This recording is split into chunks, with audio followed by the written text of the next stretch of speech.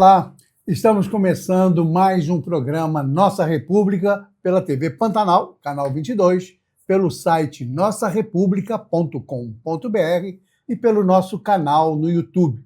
Inscreva-se e acompanhe o programa de onde quiser, no horário que você preferir. No programa de hoje, vamos tratar de um problema muito sério e que exige nossa atenção: a prevenção ao câncer de mama. Eu vou conversar com o mastologista Luciano Florisbello, que tem uma trajetória profissional marcada pela dedicação à saúde da mulher. Mas atenção, homens também podem ter câncer de mama. Então, fique aí e acompanhe esse assunto. Também te diz respeito, doutor Luciano. Seja muito bem-vindo, muito obrigado por ter aceitado o nosso convite, estar aqui para falar de um assunto tão importante. E eu queria começar já lhe perguntando, né? Homem também tem problema de câncer de mama?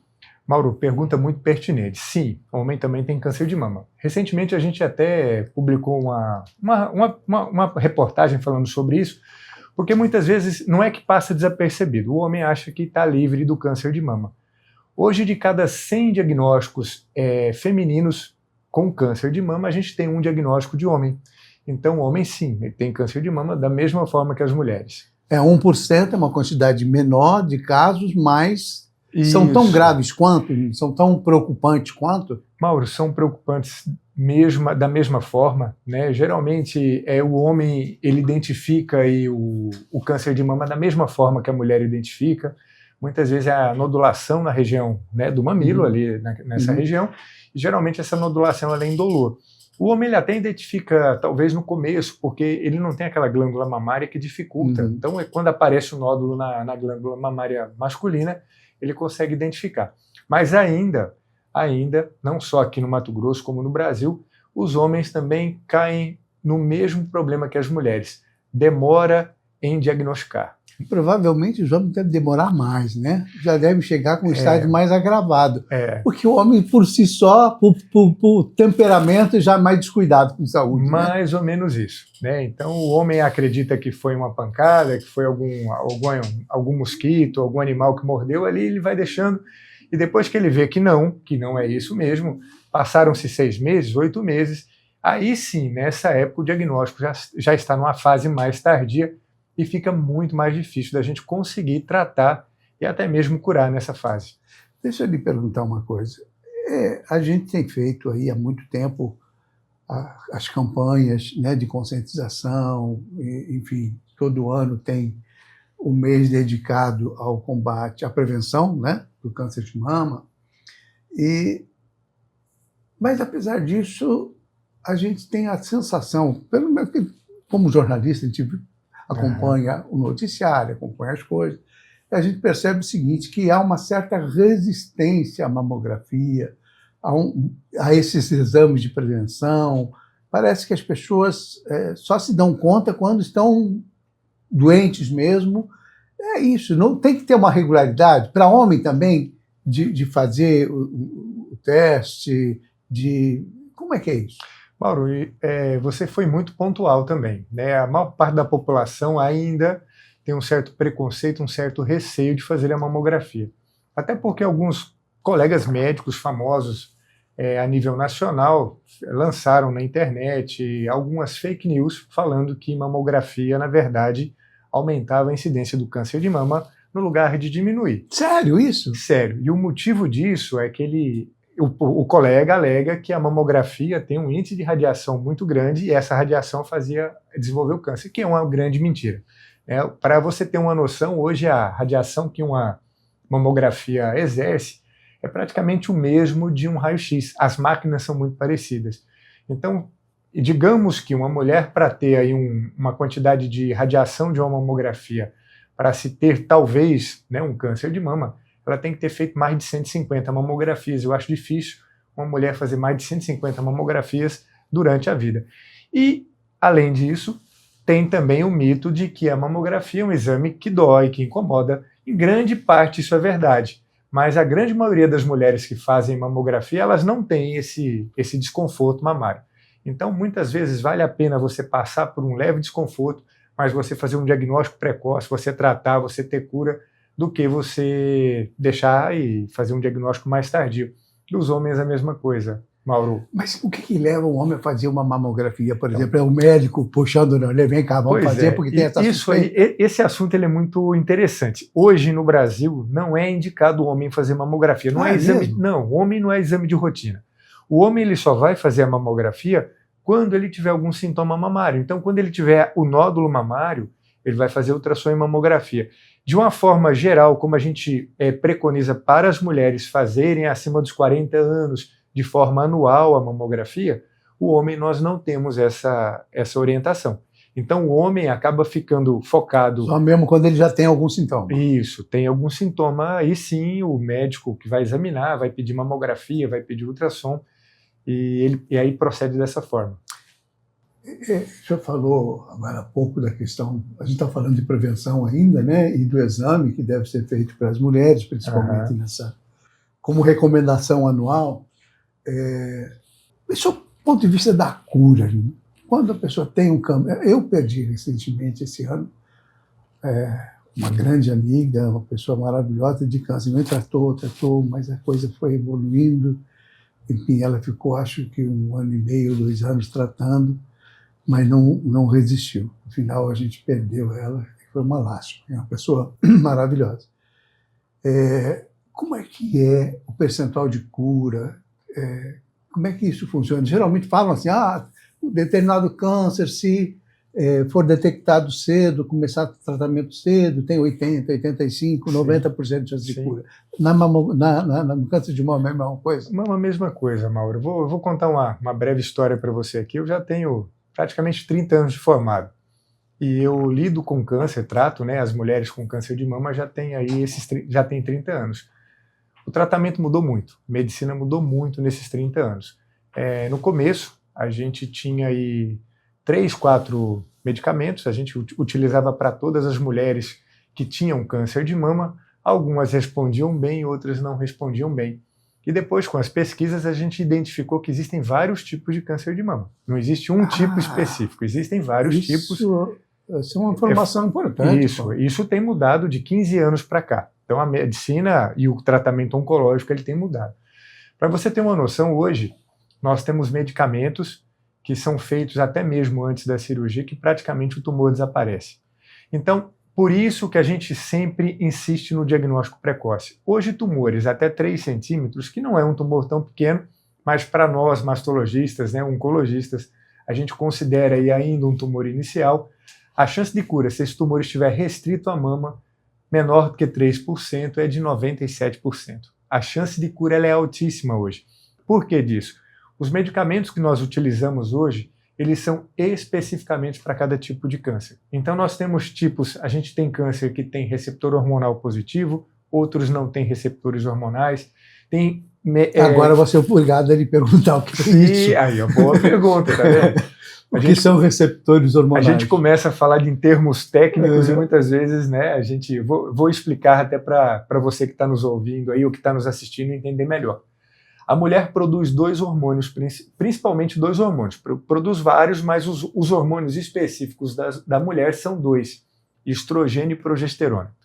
Então tem tumores de mama, inclusive a maioria dos tumores de mama, que correspondem a até 70%, que eles têm receptores específicos para esses 2 hormônios femininos, que é o receptor de estrogênio e o receptor de progesterona. Hoje nós temos medicamentos que bloqueiam justamente esse receptor, ou seja, que a gente bloqueia esse hormônio na mama, fazendo com que o câncer não se alimente com esse hormônio. Digamos que o câncer de mama que tem receptor hormonal positivo, ou seja, receptor de estrogênio e receptor de progesterona, ele alimenta com esse hormônio. Por isso que a gente fala que mulher que faz reposição hormonal muitas vezes pode ter câncer de mama, por causa desse tipo de câncer de mama. Como é que compatibiliza isso? Desculpa, que é um assunto vai levando a outro. Perguntar, adoro isso. Como é que compatibiliza isso? Quer dizer, a reposição hormonal, às vezes, quando está na menopausa, a mulher precisa fazer, é um recurso para melhorar bastante a qualidade de vida dela. Mas e aí, essa relação entre o risco e o conforto? Mauro, essa dúvida em relação a se eu faço ou não faço reposição hormonal, é uma dúvida que todas as mulheres perguntam. Quando ela vai no ginecologista ou quando ela vai no mastologista, ela sempre pergunta. E a resposta é depende. Porque se não são todas as mulheres que entram na menopausa que precisam fazer reposição hormonal. Aquelas mulheres que têm muitos sintomas, que a menopausa realmente ela deixa a mulher muito debilitada, muda totalmente a vida da mulher, e por falta dos hormônios. Tem mulher que sente mais isso. Então, quando você não consegue fazer um controle através de atividade física, boa alimentação, hábitos de vida saudáveis, naturais, nós introduzimos aí as terapias hormonais, né? E eu sou a favor de terapia hormonal. Você, mulher que está assistindo a gente aí, que faz reposição hormonal, não fique preocupada em relação a isso, mas aquela mulher que faz reposição hormonal, ela tem que ter um cuidado maior com a mama, porque ela tem uma chance de 20% maior do que aquelas mulheres na mesma idade que elas estão, que não fazem reposição hormonal. Ou seja, a mulher que faz reposição hormonal tem 20% de chance mais do que a mulher que não faz reposição hormonal. Mas nós compensamos isso da seguinte forma: a reposição por si só não é o único fator de risco para câncer de mama. Obesidade é fator de risco para câncer de mama, sedentarismo é fator de risco, ingestão excessiva de álcool é fator de risco, tabagismo. Então nós podemos compensar isso, aquelas mulheres que estão na menopausa, tendo hábitos de vida mais saudável. Tanto é que as mulheres que fazem reposição hormonal, elas morrem menos de câncer de mama do que aquelas que não fazem reposição hormonal. Justamente porque compensa. Isso aí. Aí eu já ia falar assim, agora o Mauro vai me perguntar o porquê disso. Se a reposição hormonal ela aumenta a chance de câncer de mama, por que as mulheres que fazem reposição hormonal morrem menos de câncer de mama?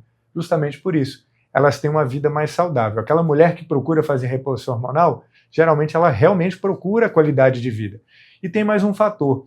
Essa mulher, por ela saber que ela tem um risco um pouco maior de desenvolver câncer de mama, ela faz exame de rotina com mais frequência. Então, até no lugar de fazer de ano em ano, como a gente recomenda, e quase todas as mulheres fazem, as que fazem reposição hormonal, a gente recomenda fazer de 6 em 6 meses. Quando identifica o câncer, é numa fase muito inicial, e praticamente vai nos 97% aí de cura. De cura. E eu vou lhe perguntar uma outra coisa. Nós vamos continuar falando sobre câncer de mama. Esse papo é gostoso. Mas eu vou aproveitar para... É verdade que cada vez mulheres mais jovens acabam tendo a menopausa, sofrendo a menopausa com menos idade. É verdade que isso vem acontecendo? Eu tenho lido coisas assim. Eu tenho visto isso também, viu, Mauro? Tem algumas coisas que estão começando a ficar mais precoces. A menopausa, né? A maior parte das mulheres hoje no Brasil e no mundo é por volta dos 50 anos que entram na menopausa, então pode ser 2 para cima, 2 para baixo, a gente não tem muito isso, mas a gente tem observado sim, né? Mulheres que param de menstruar numa fase mais precoce. E, em contrapartida, também o câncer de mama está cometendo mulheres também cada vez mais jovens. Então, antes era só acima dos 50. Tem alguma causa definida? É a vida moderna? Vida moderna, hábitos de vida. Porque a gente tem, muitas vezes, tem aquela... acha que o câncer ele só comete pessoas que têm histórico familiar de câncer, e não é verdade.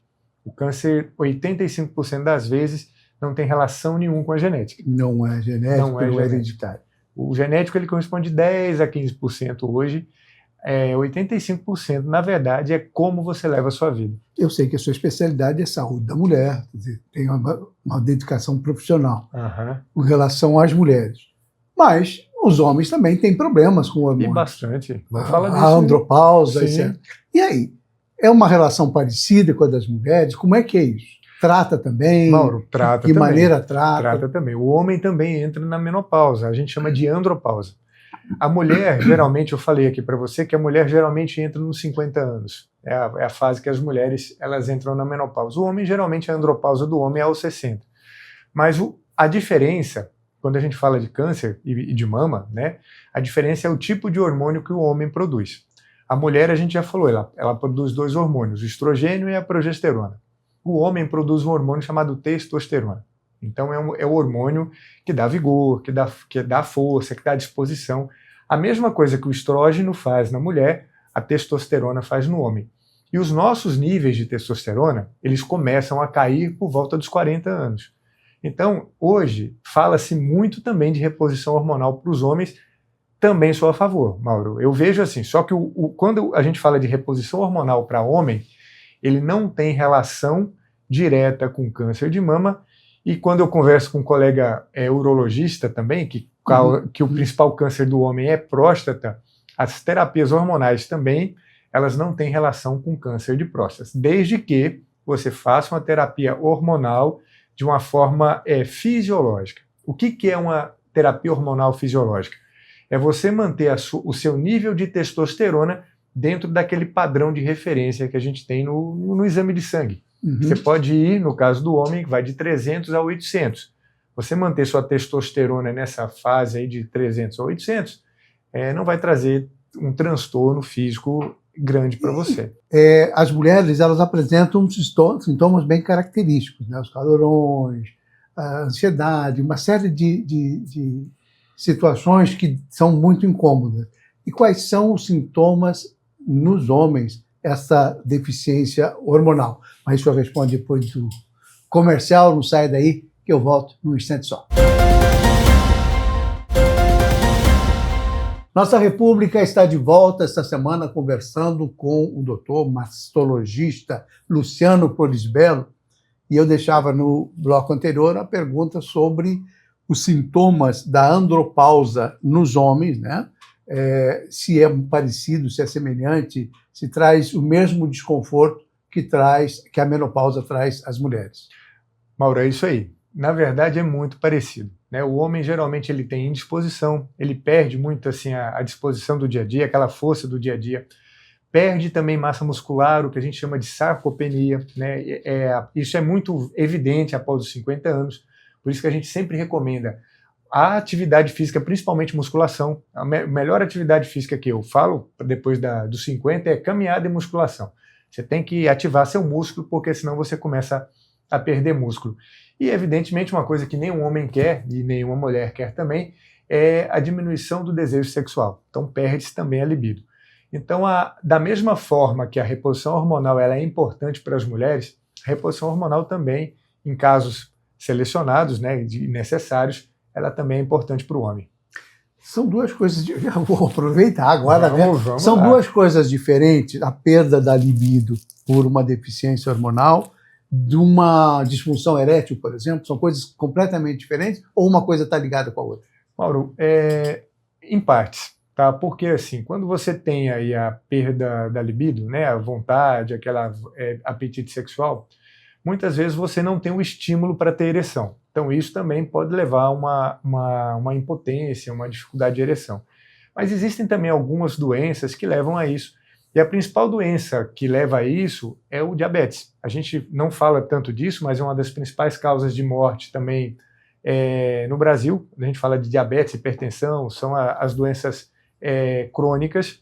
E o homem, quando ele não controla o diabetes, ele começa a perder a sensibilidade do pênis. Os vasos ali, que para você ter ereção, os vasos eles têm que encher de sangue e para você ficar com pênis ereto, ele perde também aí essa vascularização do pênis e ele fica impotente.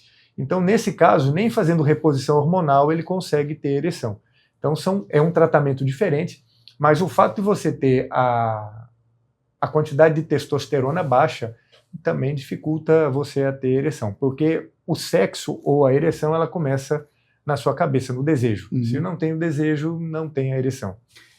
Essa coisa do hormônio baixo, da testosterona baixa, no homem, traz muito essa coisa do desânimo, né? De fazer as coisas. É o principal. Mudança de humor. Isso. Tem algumas coisas que dá para identificar que a pessoa está mudando, está com alguma deficiência mesmo por conta disso. Não é? É isso mesmo. É mais sonolento, ele não quer socializar, ele simula um quadro depressivo, né? E acaba sendo realmente, de fato, um quadro depressivo. Então, as terapias hormonais, nesse caso, ajudam bastante. Mas, vejam bem, não é milagroso. O fato que eu falo isso tanto para homem quanto para mulher, que muitas vezes procuram auxílio médico com a intenção de fazer terapia hormonal, mas se você não mudar seu hábito de vida, a terapia hormonal não vai fazer o efeito que a gente espera, Mauro. Não adianta eu achar que eu vou colocar uma substância para dentro, vou melhorar assim em partes, mas se eu não tiver fazendo atividade física, se eu não tiver uma boa alimentação, pode ser que tenha aí uma melhora de 10, 20%. Eu não tenho a melhora que realmente eu gostaria de ter. Muito bem. Então, prestando atenção aí, né? Homens que estão assistindo, porque esse programa tem um público masculino cativo, porque trata muito de política, de economia, de meio ambiente, desenvolvimento, etc. E a área de saúde, eventualmente, porque eu acho que tem alguns assuntos que a gente não pode se omitir, né? Então, quando fala de saúde, principalmente, né, tem assuntos realmente graves que eu acho que são importantes, têm que ser tratados. Sim. Violência contra a mulher tem que ser tratada em todos os locais, todos os perfis de programa, porque as pessoas precisam tomar consciência, né? E é a mesma coisa em relação à saúde. Esse autoexame, ainda hoje, com toda a tecnologia que a gente tem, ele ainda é usado comumente, é recomendado? Como é que é isso? Mauro, é recomendado, né? A recomendação é que toda mulher acima dos 40 anos ela faça mamografia anual. O que mudou é que a mamografia antigamente a gente chama ela de convencional, hoje é digital. Ela não precisa apertar tanto assim. Você, homem que está escutando aí, se a sua mulher estiver dando a desculpa que ela não faz mamografia porque dói, hoje o aparelho ele não aperta tanto, porque a imagem ela é trabalhada digitalmente. E hoje a gente tem também a tomossíntese ou mamografia 3D, que é feita num aparelho de tomografia, em que aperta menos ainda e você tem uma imagem tridimensional da mama e tem uma eficácia melhor. Mas hoje a gente tem ressonância de mama, tem ultrassom, nós temos assim várias tecnologias. Isso tudo está disponível aqui em Cuiabá, aqui em Mato Grosso? Temos tudo que tem de mais moderno no Brasil, nós temos aqui. Mas tem que ser uma clínica especializada ou qualquer hospital tem Mauro, isso? A gente ainda é pontual. Em alguns lugares tem, outros não. Certo. Nós temos duas realidades no Brasil. Se você lida muito com políticas, assiste o seu programa também, gosto muito, e a gente percebe que quando a gente fala de SUS é uma realidade, quando a gente fala de medicina privada, ela é diferente, inclusive de tecnologia, de você ter acesso a algumas coisas.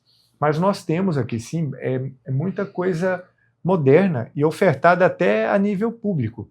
Eu trabalho aqui no Hospital de Câncer. Uhum. Então, no Hospital de Câncer, hoje a gente tem até um ônibus móvel que a gente leva o mamógrafo para a população inteira do estado do Mato Grosso. E é pouco. Mas isso é SUS, não é privado? Isso é SUS. Uhum. É SUS. No privado, a gente tem aqui ressonância magnética. Os principais hospitais aqui existem e têm ressonância magnética. Essa tomossíntese, né? Tem 3 máquinas aqui, aqui no Mato Grosso especificamente, que faz essa mamografia mais moderna, e hoje não vejo aqui no Mato Grosso nenhuma máquina de mamografia no privado fazer mamografia convencional. Todas elas estão adaptadas para fazer mamografia digital. Mas isso não é porque o SUS é ruim, né? Eu fico meio preocupado quando faz essa comparação do SUS e do privado, porque a gente precisa entender que o SUS lida com toda a população brasileira, exceto talvez esse 1% de pessoas que têm uma condição financeira melhor, né? Que é o topo da pirâmide, mas eu acho que nenhum país do mundo tem uma cobertura de saúde como tem o Brasil, um sistema de saúde tão eficiente, com todos os problemas que tem, às vezes dificuldade para encontrar o profissional certo, às vezes limitações na quantidade de medicamento ou mesmo de recursos tecnológicos. Sim. Por uma questão simples, que você tem um orçamento que te limita e você tem muita gente para ser atendida, né? E esse dever constitucional de garantir a saúde pública, eu acho que são coisas que colocam o Brasil meio que na dianteira do mundo. Você tem um sistema público na Inglaterra, mas nos Estados Unidos você paga por tudo. Sim. Ou você morre. Sim. Sim. Né? Se não pagar, o problema é seu. Se não tem dinheiro, o problema é seu. Né? É diferente do que acontece aqui no Brasil. Nós estamos falando de um país capitalista, não tem nada a ver com ideologia, viu? Para a gente não fazer confusão, não é verdade? Mauro, é isso aí. Você resumiu muito bem aí. O problema maior do SUS é o falar a boca do funil. É o tamanho dele. A gente tem uma entrada muito grande e a gente tem um gargalo muito pequeno aqui embaixo. E hoje, mais de 90% da população ela depende do SUS. Então, a dificuldade maior é essa. E você soma tudo isso, né, do dinheiro, que não é barato você manter isso, o tamanho que é o nosso país, as diferenças regionais que existem, e isso faz uma total diferença. A gente está falando aqui e isso faz a diferença no diagnóstico também. A gente está falando aqui de diagnóstico estadiamento 1, que cura 97%. A maior parte dos diagnósticos de câncer de mama no Brasil, ou seja, 53% está na fase 3 e 4. São diagnósticos extremamente avançados. Por conta da demora do exame, do resultado. Do conjunto de tudo isso. Do conjunto de tudo isso. A demora, às vezes a dificuldade de estar passando por causa dessa demanda muito grande, uma demanda reprimida. Então, assim, a gente faz, e o Brasil é admirável mesmo. Não existe nenhum país no mundo que tem o nosso sistema de saúde, em que o SUS, ele contempla você em qualquer tipo de doença que você precisa, ele está ali para te contemplar. Mas, em contrapartida, existe essa demora, porque realmente a entrada é muita gente. Para pouco recurso, né? Uhum. A gente falou do autoexame, que não ficou em segundo plano, ele continua sendo importante. Um mecanismo, uma ferramenta importante. Sim. Né, no dia a dia. A ciência é extremamente importante, porque ela sempre vem trazendo novidades importantes, vem melhorando a condição de diagnóstico, etc. Mas eu queria falar especificamente de um assunto que me chama a atenção, que são aqueles exames genéticos para prever, olha, você tem tanto por cento de possibilidade de ter um câncer no pé por conta dessa coisa que a genética pode trazer. Uhum. Como é que o senhor acha disso? Quer dizer, isso não é uma coisa meio paranoica?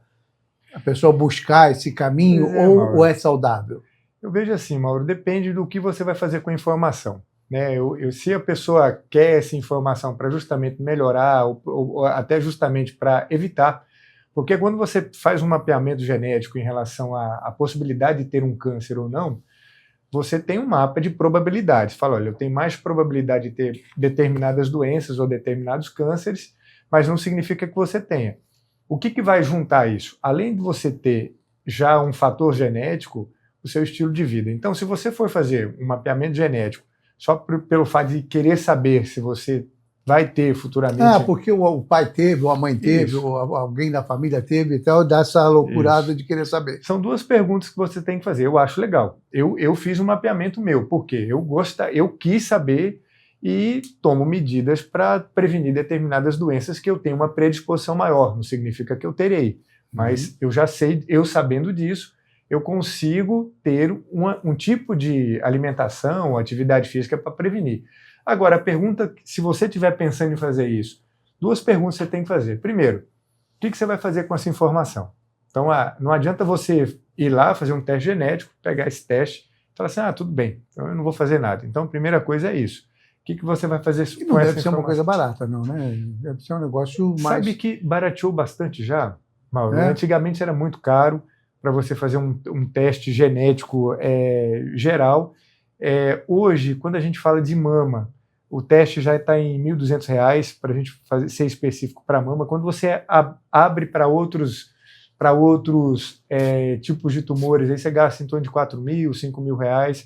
Então, assim, eu não acho que seja uma coisa... para prevenir a saúde. Justamente. Né? Quem tem condições, mas também é uma coisa ainda restrita. Não, é para pouca gente. Há uma camada da população mais privilegiada. Isso, para pouca gente. Hoje, até o teste genético no SUS hoje é difícil de fazer. Então, assim, eu tenho, às vezes, um histórico familiar, ele ainda não está totalmente preconizado num sistema único, ele demora Mas um pouquinho. Mas em alguns lugares se consegue, né? Eu já ouvi falar, por exemplo... Em São Paulo, Rio de Janeiro, tem alguns hospitais específicos. Goiânia, parece, tem também uma coisa assim, enfim. Isso. Essa coisa vai se encaixando, vai sim, crescendo, né? Sim.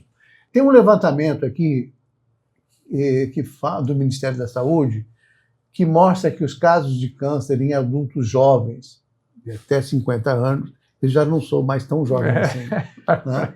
Aumentaram 284% entre 2013 e 2024, essa década. Isso detectado no SUS. O que leva a isso? De novo, a vida moderna? É a vida moderna, Mauro. A gente fala, eu vou falar uma frase do meu avô, tá? Eu falo assim, velho é quem é 10 anos mais velho do que eu e quem é 10 anos mais novo é jovem. Então, como eu estou aí nos meus 50, 50 e pouco, 51 para mim tá jovem, tá na flor da idade. Mas a gente volta a falar sobre hábito de vida, Mauro, tudo gira em torno disso. Pega uma foto da nossa família, dos seus avós, dos seus bisavós, e vê a quantidade de obesos que tinham nessa foto. Hoje você pega uma foto moderna, você vai pegar nós aqui, junta 10 pessoas e a gente vai ver o sobrepeso, como é que está. E tem vários motivos para isso. Né? Naquela época não existia fast food, não existia comida industrializada, você tinha que produzir, comer e você tinha que fazer atividade física. Hoje, cada vez mais, a modernidade, você movimenta menos, você gasta menos energia e você come coisas mais calóricas que fazem essa conta não fechar. Então, volto a dizer, câncer tem muito a ver com o tipo de vida que você tem. Isso serve para homem e serve para mulher. E você toca num assunto importante, né? Que é essa questão da alimentação, desse cuidado, né? E é difícil. Eu estou falando por mim, eu também falo porque eu tenho muita dificuldade de não comer. Né? Eu gosto de comer tudo, eu sou um comilão compulsivo. Vamos para mais um intervalinho? Não saia daí que eu volto num instante só. Nossa República está de volta essa semana conversando com o mastologista Luciano Florisberto. Nós estamos conversando sobre prevenção ao câncer de mama e tratando de doenças relacionadas ao câncer e à vida moderna. Eu queria saber o seguinte, hoje, a partir de que idade o homem, a mulher precisam parar, botar um pé no freio e a partir daqui eu tenho que me cuidar porque senão é ladeira abaixo? Bem, Mauro, é lógico que nós somos igual um carro, né? Quanto mais jovem, mais novo, evidentemente, menor a chance de você ter aí vai ter que fazer um reparo, trocar uma peça, e geralmente é depois dos 40 anos. Né?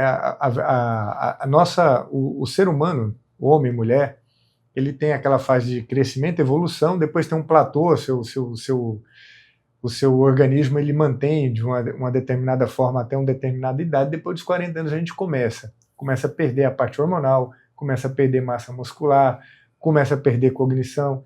É aquela fase que você que gosta de jogar bola, é aquela fase que você fala assim, vou parar de jogar bola. Toda vez que você vai jogar bola, você machuca. Você fala assim, não, chega, já deu, não é mais para mim. É o seu corpo mostrando para você que já não tem a mesma recuperação que tinha antes. Então, uma lesão, quando você tinha 20 anos de idade, que em 3, 4 dias você já estava de novo jogando bola, e a mesma lesão com 40 anos, você demora 3, 4 semanas, então isso já está mostrando que a sua recuperação, o seu reparo celular já não é o mesmo. Então, depois dos 40 anos, Mauro. Para o homem, quando a gente fala para o homem, por causa do câncer de próstata, é preconizado a fazer o exame de próstata após os 50 anos.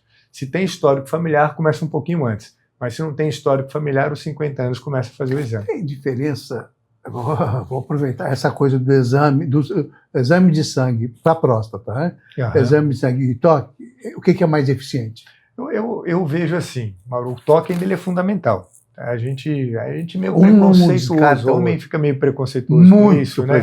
A gente sempre, quando fala disso, cara, eu não vou, que já faço o exame de sangue. Tem gente que faz piada disso, tá tudo certo, né? Leva no bom humor, vai ver mesmo, aí é uma forma de, inclusive, de tentar melhorar essa coisa, mas é por puro preconceito mesmo, né? Até nós médicos, o médico que a gente mais tira sarro é justamente o urologista, que mexe com essa parte da próstata e tudo mais. Mas tem diferença. O exame ainda ele é importante, tá? Então, você, homem acima dos 50 anos, não tenha pudor, não tenha vergonha em relação a isso, faça sim, isso pode salvar a sua vida. O PSA ajuda bastante, que é o de sangue. E o PSA, quando ele está alterado, quando ele está um pouco mais acima, acaba fazendo também aí o exame da próstata. Mas tem algumas vezes, ele pode dar aí um falso negativo.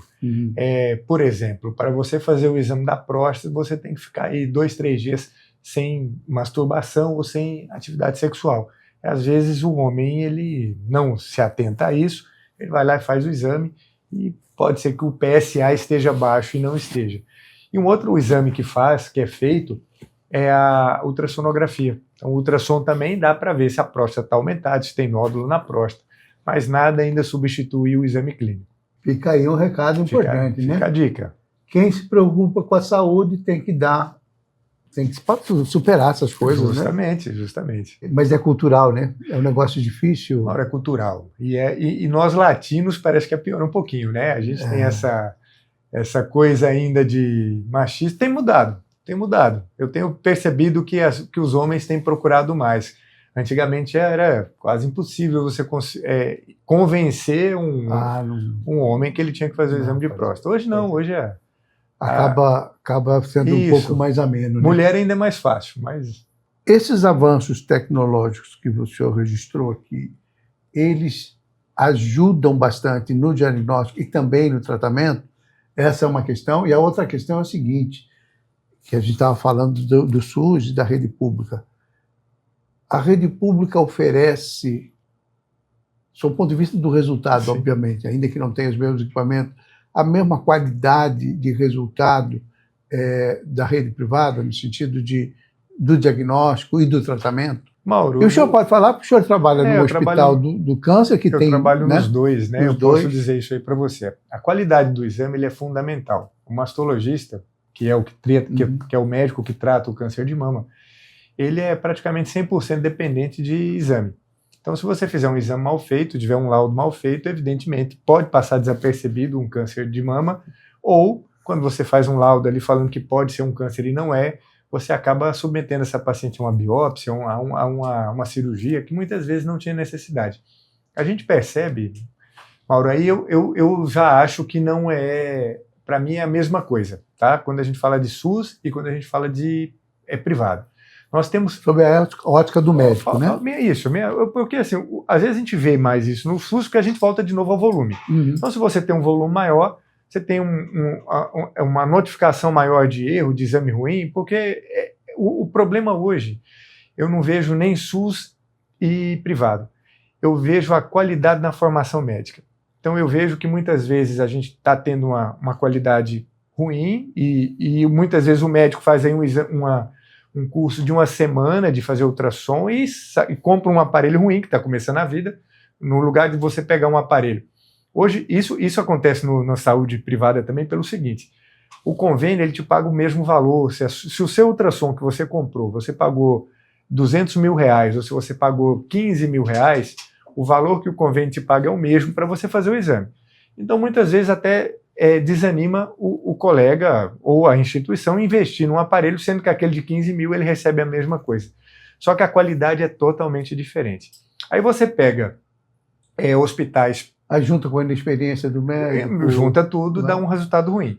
Aí você pega hospitais que não prezam qualidade, tanto público quanto privado, você vai ter resultado ruim, tanto público quanto privado. E quando você pega hospitais que prezam pela qualidade, independente de o que ganham ou não, e graças a Deus eu trabalho em hospitais que são dessa forma aqui no Mato Grosso, você tem uma qualidade no exame, você tem uma qualidade técnica da pessoa que faz, independente se é SUS ou privado. Então hoje a gente tem pessoas boas, exames bons no SUS, e a gente tem pessoas boas e exames bons no privado, como a gente também tem ruim nos dois. Existe alguma barreira ainda hoje que limitam ou que fazem com que as mulheres deixem de cuidar das mamas, algum tipo de preconceito, ou de, vai ter um homem mexendo nos meus peitos, esse tipo de situação? Pois é, Mauro, ainda tem. Por incrível que pareça, ainda tem. Muitas vezes até preconceito do próprio marido, né? Existe ainda aí o machismo prevalecendo em algumas regiões e em alguns nichos da sociedade. A gente tem aí o mito de que muitas vezes que câncer não tem cura, que eu não vou, e se mexer no câncer piora, que eu não vou fazer biópsia, porque se eu fizer biópsia vai piorar. O medo muitas vezes de cair o cabelo ou de ficar sem a mama, a mulher prefere não fazer o tratamento por causa disso, é um mito também. Hoje é muito difícil ter que retirar a mama, fazer a mastectomia. Hoje nós temos... A mastectomia é um último recurso, é uma última situação, já é numa condição bem adiantada da doença? Mauro, quando a gente pensa em fazer mastectomia, são tumores avançados que não responderam à quimioterapia. Quando a gente tem um tumor muito avançado de mama, a gente não começa o tratamento, para você entender um pouquinho, a gente não começa o tratamento com a cirurgia. A gente começa o tratamento com a quimioterapia. E essa quimioterapia, na grande maioria das vezes, diminui o tumor em tumores pequenos ou até imperceptíveis. E na verdade, quando isso acontece, basta você tirar aquela região onde o tumor está. Então não há necessidade de tirar a mama toda. Hoje, quando tira a mama toda, ou é um tumor avançado que não está respondendo bem à quimioterapia, ou é aquela mulher que tem a mama muito pequena e que você, mesmo sendo um tumor pequeno, praticamente o tumor é a mama. Proporcionalmente. Mas fora isso, não. Hoje a gente sempre opta por fazer um tratamento cada vez mais conservador, ou seja, tirando menos tecido mamário, trazendo um resultado oncológico muito bom e trazendo um resultado estético também satisfatório. Porque esse deve ser um grande problema para a mulher, Mauro, né? A questão estética, a questão sexual. Porque, assim, o seio é uma coisa muito... Não só porque amamenta, mas também porque é um fator de sensualidade da mulher, etc. É isso aí. Isso deve ser extremamente doloroso.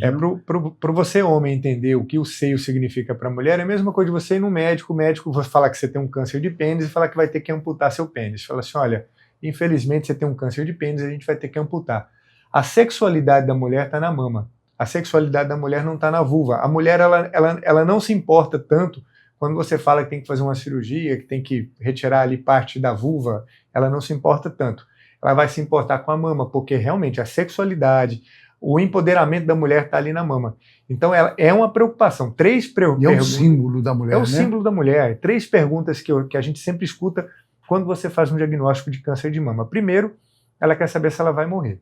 É a primeira coisa que passa na cabeça, qual é a gravidade, que ponto está o tumor, e se tem cura e se ela vai morrer ou não.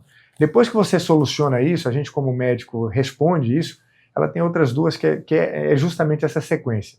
Se vai cair o cabelo, se vai ficar sem a mama. Então sempre, não existe uma mulher que não tem um diagnóstico de câncer de mama que não tem essas, pelo menos essas 3. Provavelmente vai cair o cabelo, que não é nada grave, porque o cabelo cresce de novo. Justamente. Mas a mama, sim, a mama já é uma coisa mais... Né? Mas, Mauro, olha, simbolicamente... É simbólica, mas a mama, hoje nós temos técnicas de reconstrução mamária. Hoje mesmo aquela mulher que tem indicação de retirar a mama, fazer a mastectomia, hoje você pode colocar uma prótese, você pode colocar, tirar gordura de determinado local do corpo e injetar ali na mama para dar volume. Então existem várias técnicas, da mesma forma que a quimioterapia ela evoluiu bem, as técnicas cirúrgicas também evoluíram. Hoje a gente tem, hoje é muito difícil você tratar uma paciente. Precisa ser um cirurgião plástico para recompor a mama? O mastologista já tem essa formação. O mastologista já tem. Olha que interessante, já tem essa formação. Para você ver como muda, Mauro, há 15 então você vai usar silicone, gordura, o que for.